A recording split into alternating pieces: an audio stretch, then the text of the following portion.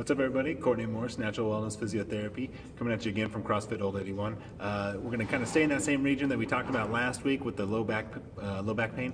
This week we're going to talk a little bit kind of about sciatica. Sciatica is kind of a catch-all term for some kind of vague posterior hip pain that's associated a lot of times with some numbness or some weakness down the leg. Now, we want to make sure that when we have those kind of symptoms, that we don't have any kind of bowel or bladder dysfunction or numbness in that region.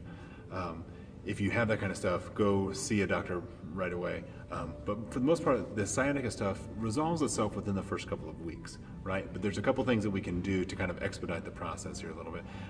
So let's start with a little bit of posterior hip stretching. This one, you can do it seated, you can do it lying down, you can do it in standing if you want, however you want to. Cross that ankle up over your knee and hug this up toward your opposite shoulder.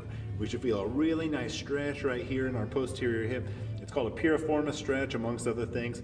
We're stretching a particular muscle that goes right over the top of that sciatic nerve. Another thing that we can do while we're seated here is we can kind of grab the back of our leg and we can kind of do a little bit of nerve glide through here, kind of point that ankle up this way, and now we're kind of doing some flossing for our nerves through there. Sometimes we get some tension back there and that leads to some discomfort.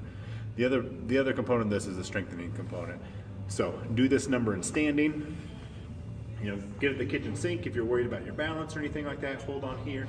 You're gonna go right out there to the side, working on that glute med and the glute minimus, working on those muscles that sit over the top of that, doing each side, and then also going straight backward.